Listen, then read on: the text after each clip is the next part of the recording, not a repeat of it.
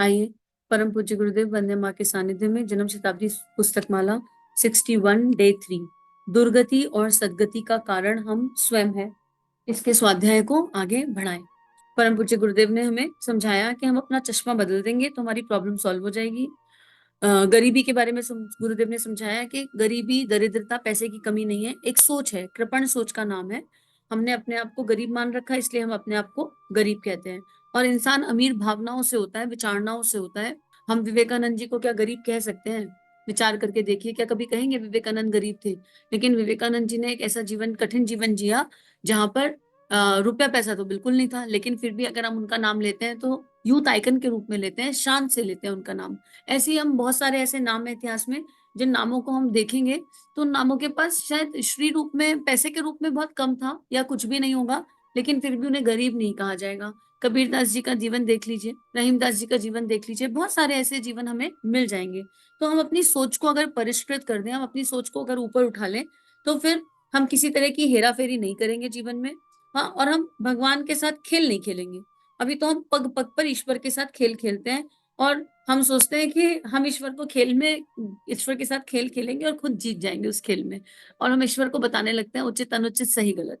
इसी क्रम में गुरुदेव कह रहे हैं कि जिनका शालीनता का दृष्टिकोण है, जिनका उच्च दृष्टिकोण है, उन्होंने जीवन को हंसते हंसते पार लगा लिया। स्वाध्याय को आगे शुरू करने से मैं पहले ना एक बात रखना चाहूंगी।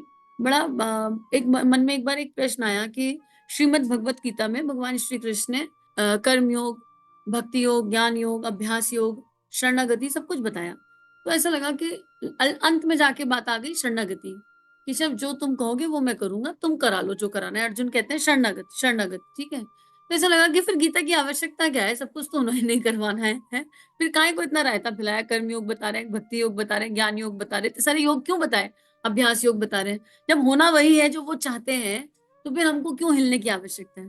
तो एक एनर्जी, एक आंसर सा ऐसा अंदर से ऐसा लगा कि गुरुदेव का कोई स्वाध्याय पढ़ते पढ़ते एक प्रकाश सा जागृत हुआ कि देखो, आउटपुट फिक्स है, हर मानव देह का आउटपुट फिक्स है। और आउटपुट क्या है? ईश्वर की प्राप्ति, भगवत प्राप्ति। मानव देह का उद्देश्य केवल भगवत प्राप्ति है, पहले भगवान मिल गए और फिर भगवान का काम। और वो कौन से जन्म में होगी वो नहीं पता, लेकिन इनपुट हमारे हाथ में है।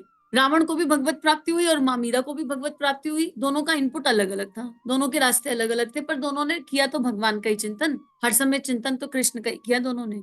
तो भगवान कहते हैं कि जो गीता पढ़ता है वो मुस्कुराते हुए जीवन जीता है, शिकायतों से मुक्त होकर जीवन जीता है। जीवन वो वही जीता है, लेकिन गीता पढ़ने वाले के जीवन में एक स्माइल, एक आनंद, एक परमानंद, एक स्थिरता रहती है। और जो गीता नहीं पढ़ते, गीता नहीं समझते, वो जीवन तो वही जीते हैं पर रोते कलपते चलते हैं। तो गीता प्रेम का वो गीत है, गीता ज्ञान का वो गीत है, गीता भक्ति का वो प्रेम प्रकाश है, श्रीमद् भगवद गीता, कि जिसे पढ़ने वाला, जिसका चिंतन करने वाला हर परिस्थिति में शांत और स्थिर रहता है, और भवसागर से यूं ही निकल जाता है। उसे कुछ करना नहीं पड़ता, क्योंकि उसको पता है कि कोई मेरा खिवैया है जो मुझे चला रहा है। और परम पूज्य गुरुदेव की ये लेखनी समस्त वेदों का, उपनिषदों का, श्रीमद् भगवद गीता का, श्री रामचरितमानस का सरल ट्रांसलेशन ही है। अगर श्रीमद् भगवद गीता नहीं पढ़ी लेकिन परम पूज्य गुरुदेव की लेखनी पढ़ रहे हैं, तो समझ लो उसका सरल ट्रांसलेशन ही पढ़ रहे हैं।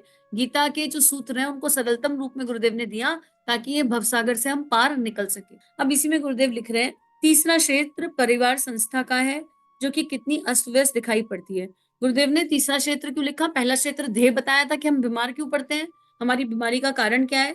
गुरुदेव ने उसको ठीक कराया कि हमारा चिंतन सिद्ध हो जाए, तो चिंतन अगर अच्छा हो जाए तो प्रॉब्लम सॉल्व हो जाएगी। फिर मस्तिष्क का खेल बताया कि इसमें किस तरह की विचारणाएं आती है। फिर एक धारणा भी बताई गुरुदेव ने कि गायत्री मंत्र का वायर डाल दिया गुरुदेव ने अंदर, ऐसा सोच लो और अखरोट रूपी इस ब्रेन पर काम कर लो। और उसके बाद गुरुदेव ने ग्रेटिट्यूड की एनर्जी को भी समझाया था। अब गुरुदेव तीसरे क्षेत्र की बात करते हुए कहते हैं परिवार संस्थान, जो कितना अस्त व्यस्त दिखाई पड़ता है। जिस परिवार में हम रहते हैं, भगवान ने उसका गठन स्वर्गीय आनंद के लिए किया, लेकिन उसके लाभों से हम वंचित रह जाते हैं। एक बाड़े में जिस तरह से बहुत सी भेड़ें रहती हैं, एक जेल खाने में जिस तरह बहुत से कैदी कैदी रहते हैं, उसी तरीके से हम अपने कुटुंबियों के बीच में निर्वाह करते हैं। कहने को तो संबंधी कहे जाते हैं, रिश्तेदार भी कहे जाते हैं, पर जैसा स्नेह, सौजन्य, सद्भाव, सेवा, सहकारिता इत्यादि का वातावरण होना चाहिए, कुटुंबों में कहीं दिखाई नहीं पड़ता। इसका कारण यह है कि कुटुंबों को बनाने और उनकी देखभाल करने वाले यह भूल जाते हैं कि उनके पारिवारिक उत्तरदायित्व क्या है। पारिवारिक उत्तरदायित्व को लोगों ने यह समझ रखा है कि हम अपने कुटुंबियों को प्रसन्न बनाने के लिए उनकी इच्छा अनुकूल चलें। पारिवारिक दायित्वों को लोगों ने यह समझ रखा है कि हम अपने कुटुंबियों को प्रसन्न बनाने के लिए उनकी इच्छा अनुकूल चलें, उनके लिए धन दौलत सामान इकट्ठा करें जिससे कि वे प्रसन्न रह सकें। यह सब करने से कुछ लाभ नहीं होता, वरन इससे मनुष्य की आदतें खराब हो चली हैं। घर के वातावरण में विलासिता की, हरामखोरी की दुष्प्रवृत्तियां पैदा होती हैं और उसके दुष्परिणाम दुर्व्यसनों के रूप में और दूसरी बुराइयों के रूप में देखने को मिलते हैं। गुरुदेव यहाँ बात कर रहे हैं कि परिवारों में हैप्पीनेस चली गई, ज्वाइंट फैमिलीज हैं, बड़ी बड़ी फैमिली हैं। पहले जमाने में थी एक हैप्पीनेस, क्योंकि पहले जमाने में एक संतुष्टि थी। तो ये क्यों चली गई? आजकल हम 4 लोग भी एक घर में रहते हैं तो अलग अलग रूम में अपने बैठे रहेंगे, अलग अलग कमरों में बंद रहेंगे और अपने अपनी एनर्जीज अपने अपने मोबाइल सोशल प्लेटफॉर्म पर रहेंगे। मतलब एक दूसरे के बारे में एक घर में रहकर भी खबर नहीं है। सारे कनेक्शन ब्रेक हो चुके हैं। ये कनेक्शन ब्रेक क्यों हो रहे हैं, क्या कारण है कि एक साथ 4 लोग भी नहीं रह पा रहे, जहां पहले जमाने में एक समय था जब एक साथ 15-15, 20-20, 25-25 लोग रह जाते थे। एक तो सोच सोच ये हो गई है कि हम लोगों की एनर्जी कर्तव्य कर्म से शिफ्ट हो गई है। ठीक है, हम आशा अपेक्षाओं के बोझ में बढ़ गए। एक एक इंडिविजुअल को अपना कर्तव्य नहीं पता, पर उसको पूरे पूरे कुटुंब का कर्तव्य पता है। एक बेटा है तो उसका कर्तव्य कर्म क्या होना चाहिए, एक पत्नी का कर्तव्य कर्म क्या होना चाहिए, एक बहू का क्या होना चाहिए, एक पति का क्या होना चाहिए, एक संतान का क्या होना चाहिए, एक दोस्त का क्या होना चाहिए, घर में नौकर आ रहे हैं उनका क्या होना चाहिए। सेंटर पर एक एनर्जी है जिसे अपने आसपास सबकी ड्यूटीज पता है। ये कर्तव्य कर्म है, बस अपने ही नहीं पता कि मेरा कर्तव्य कर्म एक बेटे के प्रति क्या होना चाहिए, एक सास के प्रति क्या होना चाहिए, अगर बहू है तो उसके प्रति क्या होना चाहिए।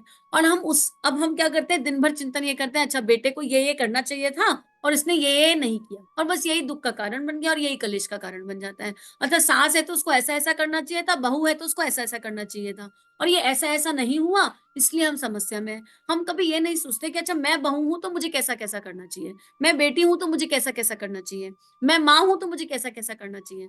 हम कभी अपने ऊपर केंद्रित नहीं होते। अब वो बंदूक अपनी तरफ तो घूमती नहीं है कभी, और पूरे घर में सबकी तरफ घूमती रहती है। सेंटर में बैठे हुए सबकी कमियां निकालते रहते हैं मन ही मन। अच्छा ऐसा होना चाहिए था, ऐसा नहीं। अब ये होना चाहिए और ना होना चाहिए कहाँ से आया? ये डीएनए है, ये डीएनए से आ रहा है। जरूरी थोड़ी ना है, हमने ना कामों को सेग्रीगेट कर दिया है। घर के काम लेडीज ही करेंगी, जेंट्स नहीं कर सकते। क्यों नहीं कर सकते? बहुत पुराने समय से चला आ रहा है। We need to break all these things. हमको इन रूढ़िवादिताओं को तोड़ना है। घर का काम आप बचपन में ही बच्चों को घर में पालें तो ऐसे पालें कि घर का काम is common, everyone can do, क्योंकि ये हम सबका घर है, हम सब इस घर में रहते हैं। पर अभी तो भेदभाव हमारे ही मन में बहुत ज्यादा है। लड़की की परवरिश अलग, लड़के की अलग।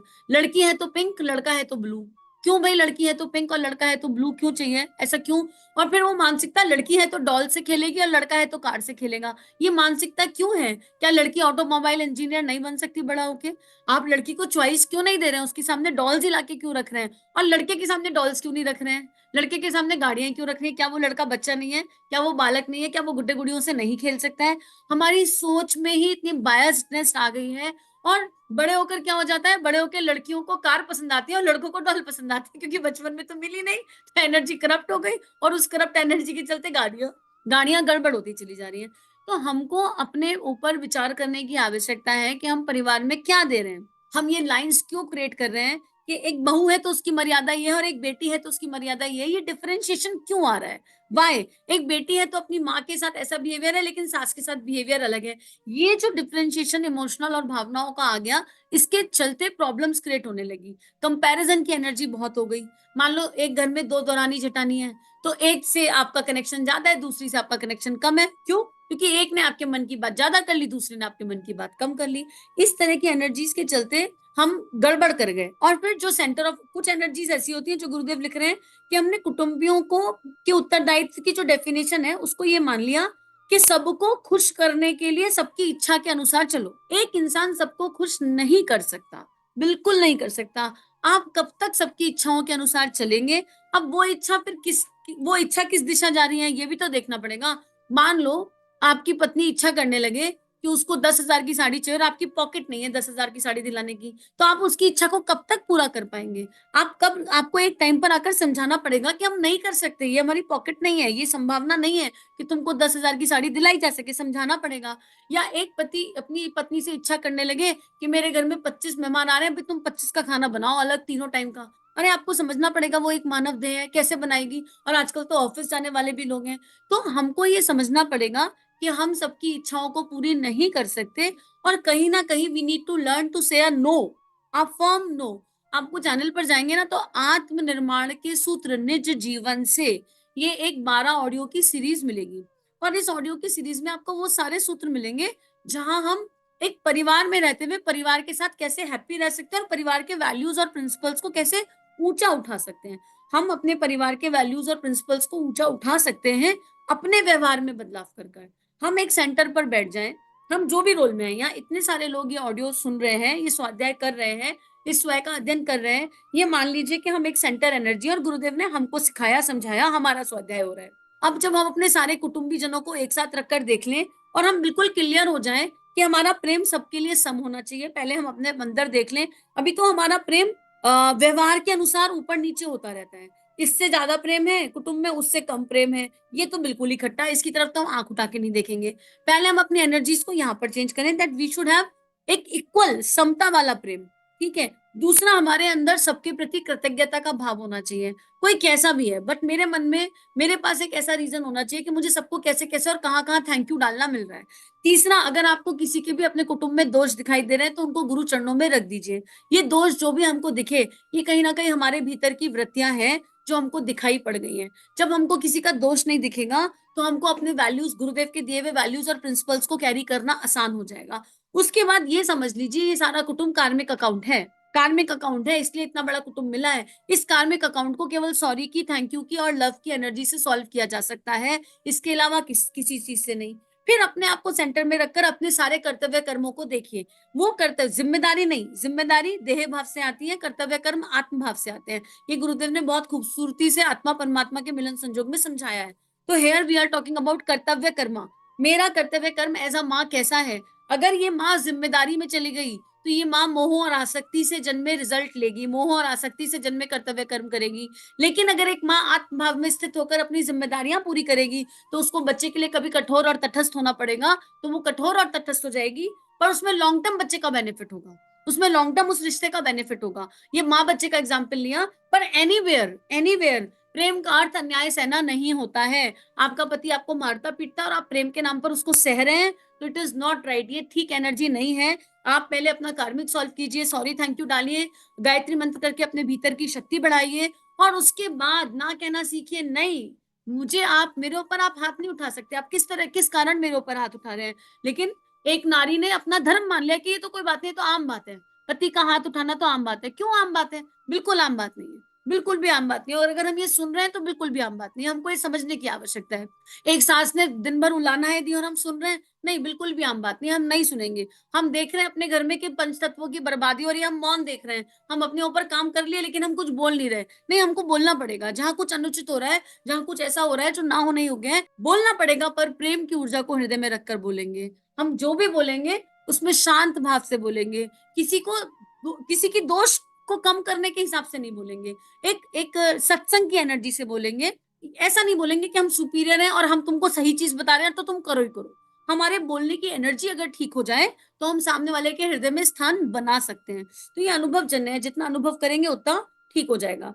अब अगर हम अपने बच्चों को विलासिता देंगे तो हरामखोरी और दुष्प्रवृत्ति तो होंगी। चिड़िया अपने बच्चे को जब उड़ाना सिखाती है तो उसको घोंसले से धक्का दे देती है। हम इतना पैम्पर करते हैं, इतना पैम्पर करते हैं अपने रिश्तों को, इतना पैम्पर करते हैं कि वो रिश्ते जड़ हो जाते हैं, मतलब उनकी जो देह है, उनकी जो एनर्जीज है वो जड़ हो जाती हैं। कोई जिम्मेदारी छोटी छोटी देते ही नहीं है। अपनी जिम्मेदारियों को बांटना सीखिए। अगर आप घर में सेंटर पर हैं और आपके ऊपर बहुत सारी जिम्मेदारी है तो छोटी छोटी जिम्मेदारियों को बांटिए ताकि सामने वाला भी जिम्मेदार बने। सब कुछ अपने ऊपर लेकर मत चलिए। गुरुदेव लिख रहे हैं, जरूरत इस बात की है कि हम अपने पारिवारिक उत्तरदायित्वों को समझें और उनको भावनात्मक तथा मानसिक संपदाएं दें। कारण शरीर का और सूक्ष्म शरीर का निर्माण करें। देह का निर्माण तो कर ही रहे हैं, खूब अच्छा खाना बना लिया, खूब अच्छा कपड़ा दे दिया, खूब अच्छे व्यवस्था कर दी, एसी का इंतजाम कर दिया, घर में बेस्टेस्ट फैसिलिटी दे दी, ये सब देह भाव की हैं चीजें, ये दे दी। लेकिन बच्चों की, परिवार की, हर रिश्ते की, उनकी भावनाओं को समझने वाला कोई नहीं है, उनकी मानसिकता को, उनको मानसिक रूप से मजबूत बनाने वाला कोई नहीं है। तो जो स्वयं से अपनी भावनाओं को समझ लेगा, जान लेगा, वो अपने परिवार की भावनाओं को भी दिशा देने की शक्ति रखेगा। जिसका स्वयं का मनोबल स्ट्रांग है वो अपने परिवार के मनोबल को भी बढ़ा सकता है। तो हम स्वयं पर काम करेंगे तो परिवार पर अपने आप हो जाएगा।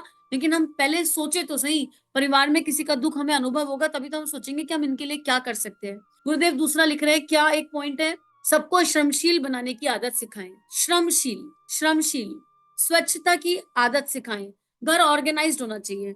अगर जो जिसकी अलमारी है ना, वो अपनी अलमारी खुद लगाए। आप कब तक अपने बच्चों की, अपने हस्बैंड की, अपने फैमिली मेंबर्स की अलमारियां और उनका रूम साफ करते रहेंगे? नहीं, मेड आएगी भी तब भी तुमको अपने कमरे में झाड़ू लगाने की आदत होनी चाहिए। चलो झाड़ू बड़ी बात हो गई, लेकिन अपनी अलमारी खुद अरेंज करो। पड़ा रहने दो जैसा है, बीच बीच में समझाओ। डांट के कोई काम नहीं किसी से कराया जा सकता, लेकिन समझा के कराया जा सकता है। और उसके लिए ना छोटेपन से बच्चों को इन्वॉल्व करना पड़ता है। आप 3-4 साल के बच्चों को हम क्या करते हैं कि अपना काम छोड़कर 2-3 साल के बच्चों के साथ बैठ जाते हैं। उसका उसका बेटर तरीका यह है कि आप जो भी काम कर रहे हो, आप संतान को उस काम में इन्वॉल्व कर लो, तो वो बच्चा वो सीखेगा। खाना बना रहे हो तो किचन में बिठा दो, दे दो उसको भी चम्मच, कढ़ाई, करछी, उसको अपने आप खाना बनाने की एनर्जी फील हो जाएगी। आप कपड़े सुखा रहे हो तो बच्चे को साथ में ले जाओ। होता क्या है, मोस्टली हर काम के लिए मेड हो जाती है, हम खुद भी नहीं करते तो बच्चे को भी नहीं दिखाई देता। लेकिन हमें बच्चे को बोलकर बताना पड़ेगा, मेड का दर्द बताना पड़ेगा। देखो बेटा, मेड आंटी कितना काम करती है, कितने घरों का काम करती है, देखो इस काम में कितना एफर्ट लगता है, कौन सी काम में कितनी दिक्कत आती है, ये सब हमको बताना पड़ेगा, अपने घर परिवार में बोलना पड़ेगा, ताकि हम अपने बच्चे को श्रमशील बना सकें। हम अपने आप को भी, अगर हमारे अंदर है और हमारे अंदर स्वच्छता नहीं है या हम ऑर्गेनाइज नहीं है, तो हम देखें कि हमें ऑर्गेनाइज रहना है, हमें साफ सुथरा रहना है। हम अपनी देह को तो कर लेते हैं, आसपास के वातावरण को भी साफ सुथरा रखना है। नियमितता, समय का पालन, नियमितता, रेगुलरिटी, समय का पालन करना सिखाएं। भाषण में मधुरता और शिष्टाचार का समावेश करना सिखाएं। भाषण में मधुरता और शिष्टाचार का समावेश। अब अगर हम घर में गालियां देकर बात कर रहे हैं तो हम अपने घर के माहौल को ठीक नहीं कर सकते। अगर हम घर में एक दूसरे से तू तू करके बात करते हैं तो हम अपने बच्चों को आप बोलना नहीं सिखा सकते। हम अपने बच्चों को तू और तुम की एनर्जी पर ही रखेंगे, परिवार में सबको उसी एनर्जी पर रखेंगे। अगर हम अपने घर में अपने बड़े छोटे सब भाई बहनों का नाम लेकर बात करते हैं, हमारे अंदर दीदी भैया कहने की परंपरा नहीं है, या हम जी लगाकर बात नहीं करते, तो हम परिवार में उस एनर्जी को डेवलप नहीं कर सकते। तो हमको पहले अपने ऊपर काम करना पड़ेगा, क्योंकि जो हम कर रहे हैं ना वो दिखाई पड़ेगा। ऑटोमेटिकली हमारा व्यवहार, आचरण सबको दिखाई पड़ता है। ये बातें तभी सिखाई जा सकती हैं जब हम स्वयं अपने आप को उस ढांचे में ढाल लें। आ गई वही बात, अपने आप को अच्छे ढांचे में ढालकर हम अपने समीपवर्ती लोगों को अपेक्षाकृत अच्छा शिक्षण दे सकते हैं। परिवार में अगर हम अपने आप को उदाहरण रूप में प्रस्तुत कर सकें, तो यदि हमारे घर और कुटुंब नर रत्नों की खदान बन सकते हैं, तो उनमें एक से एक बढ़िया हीरक, एक से एक बढ़िया आदमी निकल सकते हैं। भूत पलितों के रहने लायक खंडर जिस तरीके से होते हैं, प्राय हमारे परिवारों की स्थितियां वही बन गई हैं। ना उनमें शांति है, ना चैन है। घर में जाते तो हैं, पर भाग खड़े होने का मन करता है। यह पारिवारिक जीवन में आनंद के अभाव के कारण है, और हम उस अभाव का कारण है। हमारा विकृत दृष्टिकोण दृष्टिकोण को अगर हम सुधार पाए, तो घर में रहने वाले प्रत्येक व्यक्ति को बड़ा आनंद मिलेगा। उनके साथ सहकारिता का जीवन जीते हुए सद्भावना के आधार पर हम अपने घरों में स्वर्गीय आनंद लेने के लिए समर्थ हो सकते हैं। देखो, इसको ना कितना भी एक्सप्लेन किया जा सकता है, और इस एक ऑडियो से हर किसी की समस्या का समाधान भी नहीं आ सकता। लेकिन दो एक ऐसी किताबें हैं गुरुदेव की, अगर किसी ने वो दो किताबें पूरी पूरी सुन ली, तो एटलीस्ट ये वाली एनर्जी समझ में आ जाएगी। एक बुक है प्रेम योग, प्रेम योग, उसको उसके ऑडियो सुनकर देखिए या बुक पढ़कर देखिए, जो आपको अच्छा लगता है। और एक है मैं क्या हूँ। ये दोनों बुक्स अगर हम आत्मसात कर लें, तो हमारी ये सारी समस्याएं अपने आप सॉल्व होने लगेंगी। लेकिन हाँ, हमको ये प्रयास तो करना पड़ेगा। 60 और 40, 100 ऑडियो हैं, 100 ऑडियो सुनने पड़ेंगे, या बुक लाके बुक से पढ़ लीजिए, जो आपको अच्छा लगे वैसे कर लीजिए। लेकिन हमारी कंप्लेन ये दोनों बुक्स करेंगी क्या? ये दोनों बुक्स हमको कंप्लेन की एनर्जी से प्रेम की एनर्जी पर शिफ्ट कर देंगी। हमारी अधिकांश समस्या क्या है कि हम कंप्लेन्स की एनर्जी पर रहते हैं। हमें हर किसी से शिकायत है, हर किसी से शिकायत। और ये जो दोनों बुक्स हैं, हमारी आंखें खोल देंगी, हमारी अंतर दृष्टि जागृत कर देंगी, और हम शिकायत की एनर्जी को ग्रैटिट्यूड की एनर्जी तक ले जा पाएंगे। हम कंप्लेन किसी से कंप्लेन करना बंद कर देंगे, यहाँ तक कि हमारी ईश्वर से भी शिकायतें खत्म हो जाएंगी। जिस इंसान के जीवन में शिकायतें खत्म हो जाती है, किसी भी तरह की कंप्लेन खत्म हो जाती है, अपने से या किसी से या परिस्थितियों से, उस इंसान के जीवन में परमानंद अपने आप आ जाता है। उस इंसान के जीवन में हैप्पीनेस, परमानेंट हैप्पीनेस अपने आप आ जाती है। आप अपने आप को अभी स्थिर होकर 1 मिनट देख लीजिए।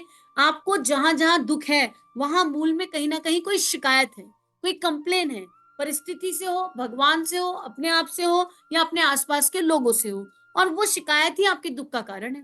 ये दोनों बुक्स हमारा दृष्टिकोण बदल देंगी कि हम ये समझ जाएंगे कि हम इस दुनिया में किसी को नहीं बदल सकते, सब अपने अपने वृत्ति के रंग के अनुसार चलेंगे।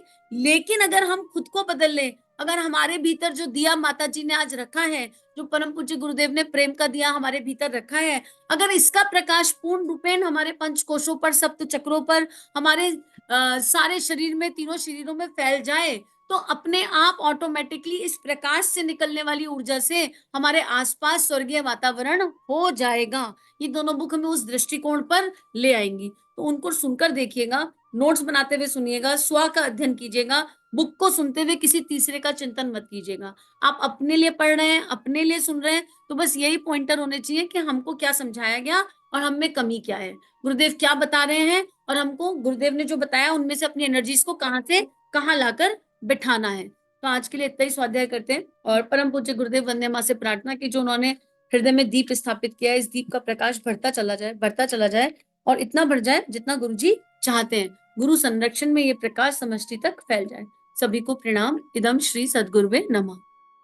चलिए समाज में कुछ अच्छा बांटे। अगर ये वीडियोस आपकी लाइफ को कंट्रीब्यूट कर रहे हैं, ये भावनाएं आपके हृदय को स्पर्श कर रही हैं, तो इन भावनाओं को विश्वव्यापी बनाने में हमारी सहायता कीजिए। चैनल को लाइक कीजिए, सब्सक्राइब कीजिए और पूरे विश्व में इस चैनल को पहुंचा दीजिए, ताकि संतों की लेखनी से जन जन का कल्याण हो सके। जय हिंद, जय भारत।